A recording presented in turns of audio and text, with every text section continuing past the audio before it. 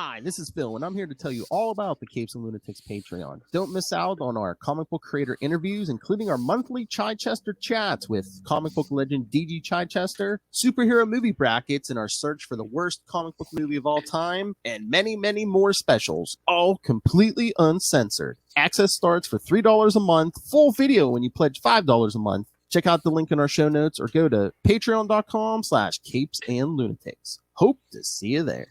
This is Luca Perich, and you're listening to the Capes and Lunatics podcast. Recording has started. In a world of capes and lunatics, gods and monsters, there may come a threat that no one hero alone can face. In those times, will rise a team of Avengers. This is Avengers Declassified. I'm your host, Charlie the Professor Esser, and with me, as always, is the blue-eyed bomber from the Burger Pits, Phil Podcast Perich. I was waiting for you to tell me. Podcast Parents. Yes, I was waiting for you to tell me to assemble. Philip, assemble. Yes, I thought you came pre-assembled. I don't know. I did not know this was an IKEA podcast. Okay. We're already here. Yes. Anyway, tonight's episode we are discussing the 8-issue run of Avengers Earth's Mightiest Heroes, or was it Earth's Mightiest Heroes? It's actually just called Earth's Mightiest Heroes, right?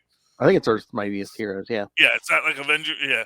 And this is the Earth's Mightiest Heroes from 2005. Yeah. Because this is something we learned earlier today, that they will reutilize these titles a lot. Yes. And it can be a little confusing as to which book you're reading. But anyway, this is a retelling of the Avengers origins from the first issue, or to be more clear, just after the first issue. Yes. To the unveiling of Cap's Quirky Quartet. Yeah. Or Kooky Quartet, sorry. And you know, and again, like I always say, if you love superheroes talking to bureaucrats, this is the book for you. And I say that facetiously, but I also say that honestly, because for me, that is a very interesting aspect of these stories, is that behind the scenes minutia that the Avengers have to go through to actually establish themselves as Avengers.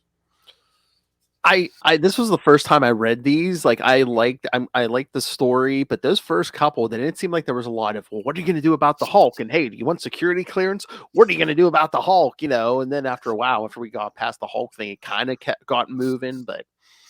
Yeah, well, but you see, I like that because it's a very realistic. It's it's a very realistic of this is the stuff that. So here's an example. Someone was recently making a joke about, why is it every time they go where no man has gone before, there's already people there? And maybe the point was, no, they go to places where no one has gone before all the time. It's just a very boring trip because they just do a planetary survey. And it doesn't go on the TV show. So effectively, what goes into the comic books is all the stuff that happens that's interesting. What doesn't go into the comic books is Tony Stark and Iron Man, because at this point, secret identities, having to deal with a contact by the name of Merch. Who I wonder if that's a guy who's been in Marvel before. Or is this his first appearance? I don't know. But I like him and I want him to come back. Yeah, because I don't think they did that back before Henry Peter Gyrich. I love it. Yeah, I was going to say, I think that they didn't have one at that, back in the original comics. And they were like, well, I'm sure there's like a starting point where they actually introduced Gyrich. So they're like, we can't have Gyrich right away. So we need to like create a guy probably to. But this guy is great. Merch is fantastic.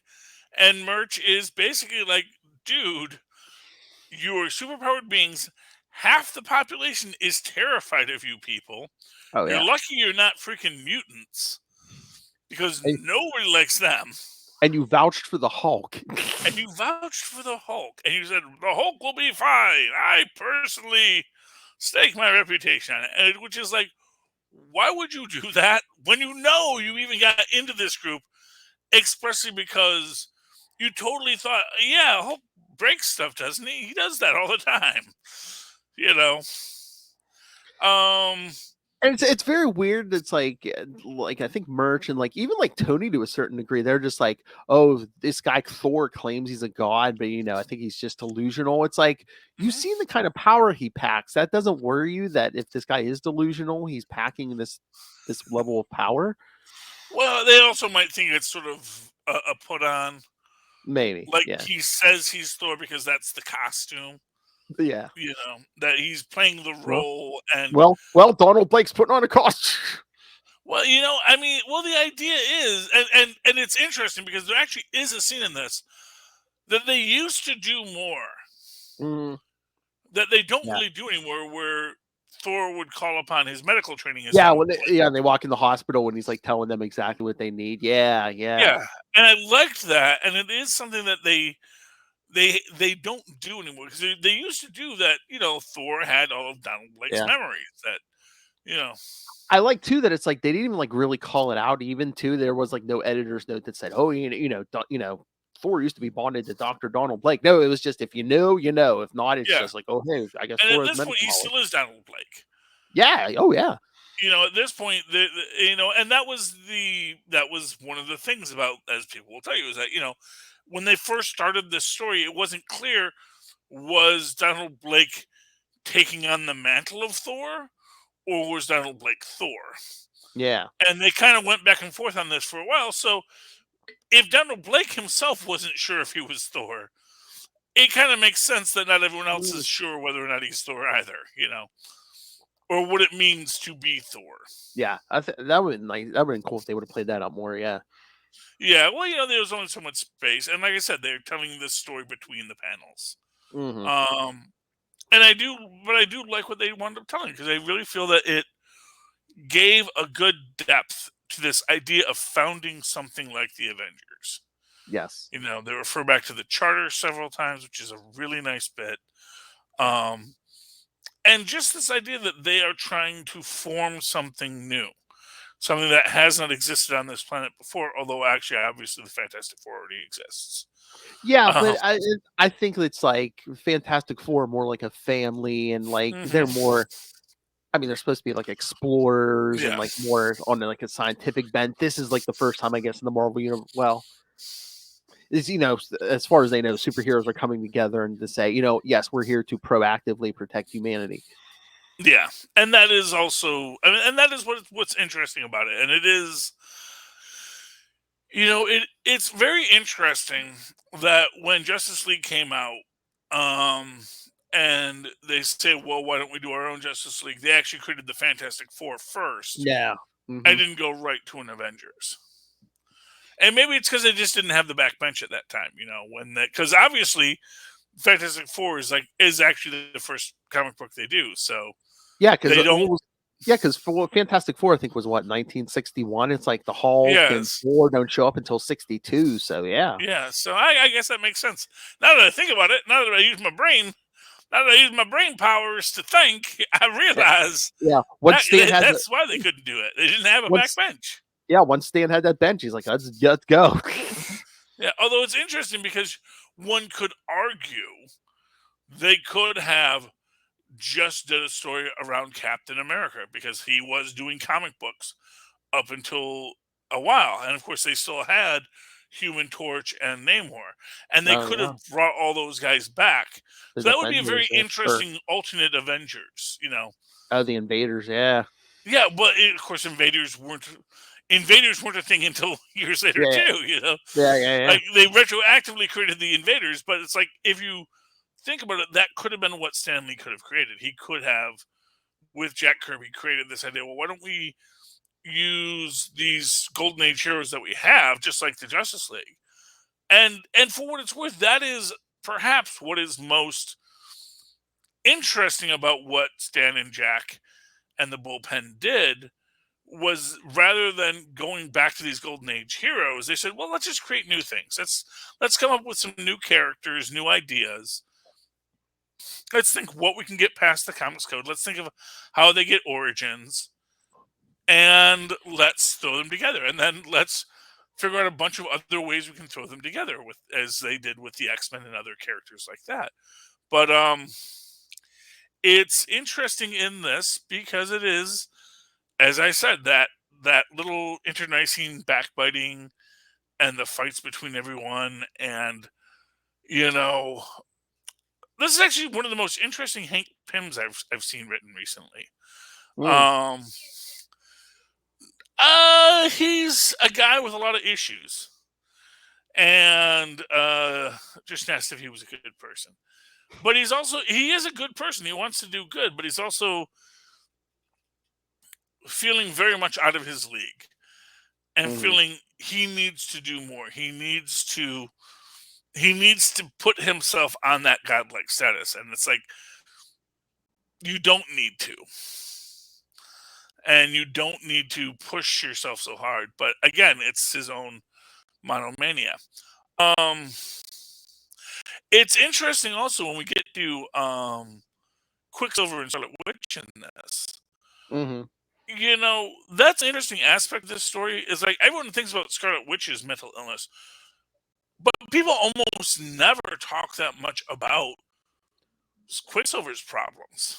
Because Quicksilver has had as many, if not more, breakdowns than the Scarlet Witch, Although I do like that they're keeping it consistent at this point with, they didn't know he was their father and all that kind of stuff, Yeah. Like, which of course gets retconned and reconned, and which again, it's an interesting aspect of the Maximoff twins, how their parentage gets changed so much. We'll talk about that in a later issue when we get to their secret origins. When we're doing Scarlet Witch and Quicksilver, because we are going to be talking about a lot of Avengers related content in this show. I like the fact that they fight Kang in this, and I like the fact that they have Rick Jones being so prominent in the stories, especially with him figuring out randomly pushing buttons until he frees the Avengers, which I thought was a nice aspect of it. Probably is what was written. But it's weird because I've never read those stories in comic book form. I've only read them as digest. And so I do appreciate how they managed in this series to keep a lot of that Silver Age wonder of those early Avengers stories and their incongruity, and still make it palatable for a modern audience that, quite frankly, just wants to hear about bureaucratic red tape that superheroes have to work through it, as far as, flight patterns and things like that. And I like what they did with Cap. Cap is a real breakout star in this. Oh, yeah. In that both he is dealing with this very heavy PTSD. He is suffering bad effects of being frozen for, at this point, 60 years?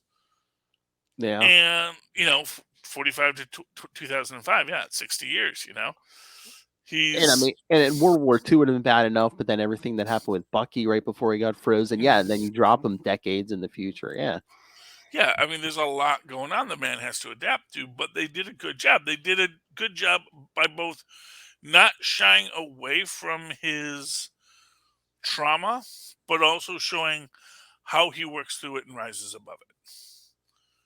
And I think that is the real crux of it.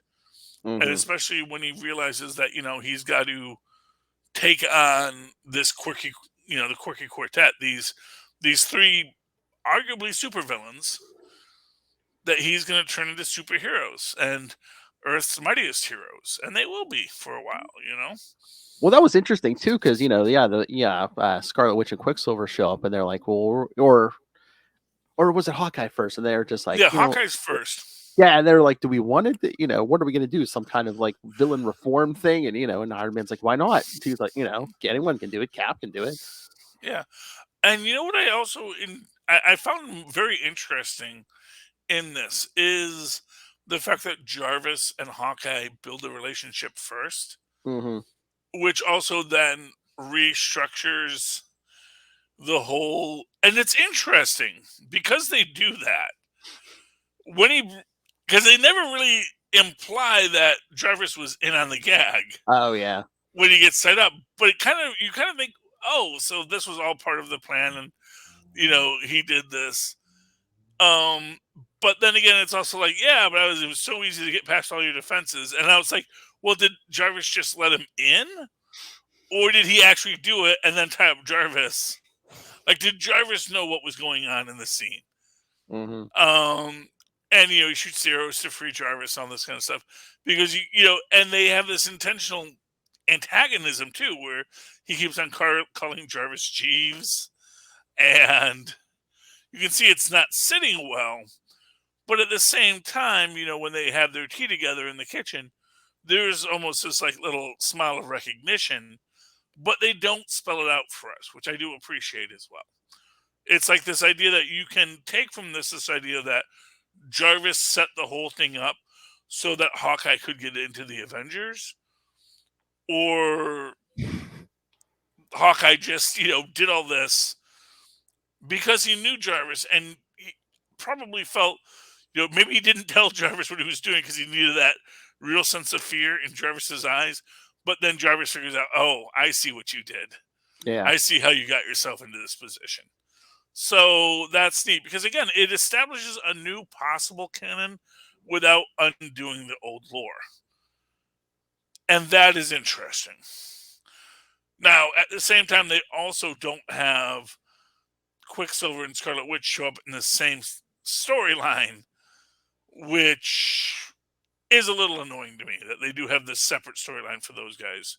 So they don't get to be part of the three of them breaking into the compound and then becoming the new Avengers just like that,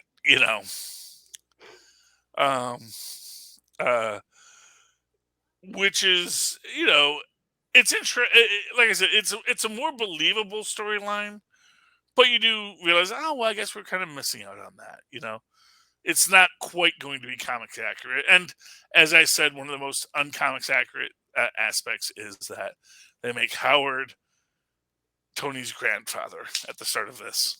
Yeah. Which I don't like. Not my Iron Man. But then again, I guess this probably predates Robert Downey Jr. Iron Man, who is an older Iron Man who could have had that World War II dad, Yeah. So if you're still running Tony Stark as like a 20-something in 2005, then suddenly he's not old enough to have that World War II dad. Mm-hmm. It gets complex, Phil. But I really liked this series. I really enjoyed it, and I thought it gave us something that that other retellings of this origin don't. Even though we've had other stories that have dealt with this origin, I was just talking to you about like the official chronology of the Avengers that came out a few years back that had like actual interviews with each of the Avengers, so they tell the story in the book and then they do that. But that was actually much more of just the day-to-day between missions, whereas this is more about the founding of this thing called the Avengers, which I really enjoy. I enjoy that kind of a story. I think that gives us something that, quite frankly, we can be lacking. What are your final thoughts on this delightful read, Philip? Like I said, for the most part, I enjoyed it. This was the first time I read it, and I'm glad we read it. Again, I'm familiar with all the origin and the original issues, but yeah, I thought this was a nice modern take on everything. Yeah, I thought it worked out great. So, aside from our regular weekly review of classic Avengers discussions, we are also going to be looking at what's going on with our modern Avengers heroes. And this week, Thor 750 or 24 or something came out. Or both. Yeah, 60 years of Thor. Um, Funeral for the Allfather. This is a nice book. It's your classic big book where they get a bunch of famous guys who've written these characters before to come back and write like little filler tales. I have to say my favorite is probably Walt Simonson's Origin of Beta Ray Bill. Because I just felt I don't think I've ever gotten this detail on Beta Ray Bill before. Maybe it has been told, or it's been told in flashback, but this is like the real time quality of this I really appreciate. I like the fact that the techno priests are plotting against Beta Ray Bill, but Beta Ray Bill actually is just more powerful than the Alpha. And actually, it maybe this is stupid of me, but I just realized, oh, he's the beta model. Is that why he's called Beta Ray Bill? Oh, maybe, yeah. Is that like the way to explain why he's called the beta? Um, but because he's a beta hybrid, so I don't know. I don't know if that was canon or is canon or should be canon, but I really enjoyed this. The I like the history they give, and they give us a good amount of history on Beta Ray Bill in this, which is enjoyable. It makes me feel like, oh wow, that is so much more depth for Beta Ray Bill and his planet escaping destruction. This is like, what if everyone listened to Kal-El and they actually just built arcs for all of the for the Kryptonians? Yeah, Um, it's by Walt Simonson who created them. Yeah, that was pretty yeah, good origin. Yeah. yeah. I mean, it was a good story. Was there a story that jumped out for you that you really enjoyed? I like that one. I like that they brought back some of the past teams, like the other one was from um what was that? Yeah, Dan Jurgens, from what was that, like the late '90s and stuff. I like that. Is that the Mangog story? Yeah, yeah, yeah. Yeah, yeah, that was a good one too. With Thor having to deal with his own temptations of power because absolute power, Phil, corrupts absolutely. Um, Although I still don't know what's going on with Odin in this, because it's like, yeah, I just had to show you that you were gonna go crazy, so I sent Baldur there for you to kill because I figured out you'd be better. But that's fun, and they repair the recorder, so that was nice. Um, I liked the benediction of, especially because it has Volstagg in it, which I always love anytime we get Volstagg. Mhm. Um, and it's the last will and testament of Thor. Um, Although, again, seems like they kidnapped this poor lawyer. I don't know. He was clearly blindfolded, and it's like, dude, lawyers, Like, even if Jen Walters would say, well, I don't really do like last will and testament like someone, it's. But that was neat, and it's that whole, gods should worship you, humans, because you're cool. Um, then we get a bit of some time travel shenanigans Oh yeah, with, Loki. 20-year-old Loki, then going and meeting Taya, Galactus, and this Loki from the Fear Itself arc, and sort of coming to deal with how he's not happy with everything that's on, with everything else, with himself, and is so worried that he's going to undo all the character growth that he's had. But then we see that this is the next tie-in to the big Defenders plot, Defenders Beyond, because the Philip, good old Frank from. Oh yeah, the Beyonder's coming back. Yeah. Yeah. The Who Wields the Hammer, Who Wields Who story with Odin not being able to pick up Mjolnir. And basically suggesting that, the storm is what keeps the gods humble, and the storm is what makes the gods better gods. And I thought that was a very nice tale to tell as well. Oh yeah. Yeah. We get the actual sending off of Odin and letting his thing afire, and we see that Thor has Loki do it, which is a nice thing. And even Loki clearly makes it. But we get to the big reveal at the end, Philip. What's the big reveal at the end? Well, Thor's like, why is Odin, why are you haunting me through Mjolnir? And he's like, well, I was going to go to Valhalla, but it's empty. There's no one in Valhalla. Yeah, and someone broke down the doors of Valhalla. The real question is, did the doors break down because they wanted out or something wanted in? Yeah.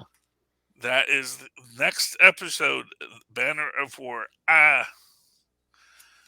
don't know about that. I'm going to be honest with you. Hulk crossover, yeah. Yeah, I'm like, Hulk is going to cross over now. Okay. But I guess we can talk about it here because, hey, two founding Avengers. Because that is what we will talk about here. The founding Avengers, new Avengers, old Avengers. Every Avenger in the 50 State Initiative. I don't know if they are technically Avengers or not, if they were in the 50 State Initiative. That's an interesting question. But yes. The Toxic Avenger, yes. Tristan says we should do a show on the Toxic Avenger.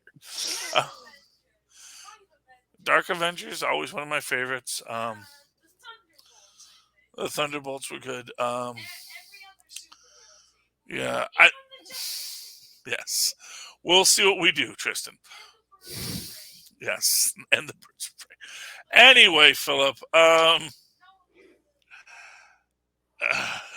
Okay, that's fine.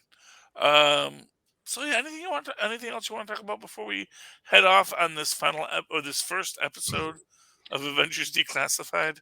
No, I think we're good. Just next week, the classic, we're going to cover Doctor Strange 60 because, it's Doctor Strange, but it also Scarlet Witch and Monica Rambeau, Captain Marvel, are in it. So. Oh yes, and all of those people were somewhere or another Avengers, so that fits. And that's the great thing about the Avengers. We can pretty much make anything fit. So exactly. That's why they are the ultimate superhero team of the Marvel Universe, because eventually everyone gets to be Avenger. Not you, El Muerto. Sit down. Yes. That's who we forgot to talk about in the last show was the big Frogman movie. Oh, yeah. Coming from Sony, which I'm sure with Dominic Fortune, that will be great. Actually, I don't know if Sony got the Marvel team up rights, so those may still be with Disney. But anyway, Philip, if people would like to write to us, call us, talk to us, give us money, how can they do all those things? You can always email us any questions or requests. CapesandLunatics@gmail.com or call the voicemail 614-382-2737. That's 614-38-CAPES. You can follow. Hey, if you were following Super Connectivity, you're already following. But Avengers Declassified's on Facebook, Twitter. Again, you can follow. Listen to us on the podcast, Capes and Lunatics, the YouTube channel. Find links to all that, the Patreon, the merch, everything is Linktree, linktr.ee/Capes and Lunatics. Aluminum mugs, people. Get yours today. All right. And of course, yes, give us money, vote in our brackets. It'll be great. Because we've got the big one coming. And tell us who your favorite Avenger is. Oh yeah, who is everyone's favorite Avenger? Yeah, you see, I don't know if Ben Grimm officially joined the West Coast Avengers. Oh yeah, I don't know. You know, he was with them, but that's always that weird thing. Is like, did you join? Were you an Avenger? Like Reed and Sue were both officially Avengers. Yeah. No, Johnny has never actually been an Avenger. Spider-Man has been an Avenger. He has also been on the Fantastic Four. Yes. So he's been in the Fantastic Four. He's been there, but no, Johnny Storm has never been. Ben Grimm hung out with the West Coast Avengers, but never joined. Moon Knight is an Avenger. He's got Avengers security clearance, man.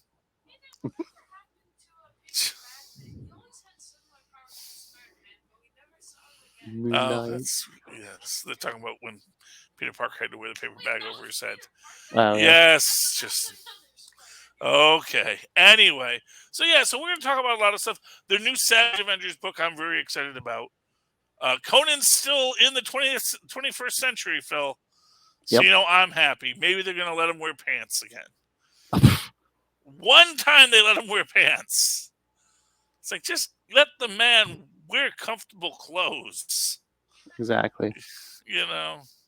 Trust me, I don't think the guy likes just wearing a loincloth all the time, Although I guess, maybe he just likes the freedom. Put him in a kilt. I would love to see Conan in a kilt. That would be great. But Savage Avengers is coming back, and lots of Avengers fun to be had. So we will talk about all of that here in the coming weeks. And if you would like to write me and let me know personally, just to me, what you want to talk about, you can write me at superconnectivityblog@gmail.com. That's superconnectivityblog, all one word, @gmail.com. Of course, follow me on Twitter as I live tweet things. Naomi still, but apparently not Legends of Tomorrow going forward, @Charlie Esser. That's CharlieEsser. Look for the 2 E's in the middle. For quality. Bing. Thank you, Maz. Yes, thank you, Tristan. All right. Ladies and gentlemen, this has been Avengers Declassified. You have learned secrets that everyone was not meant to know. This podcast will self-destruct in 10 seconds. A little more than 10, but well, anyway, yeah. I don't know. We'll be back. Yeah, we'll be back. So we need to work on our outro. So this was. What is the outro for Avengers Declassified? Assemble back here next week. Assemble again next week. Yes, Avengers. Assemble again.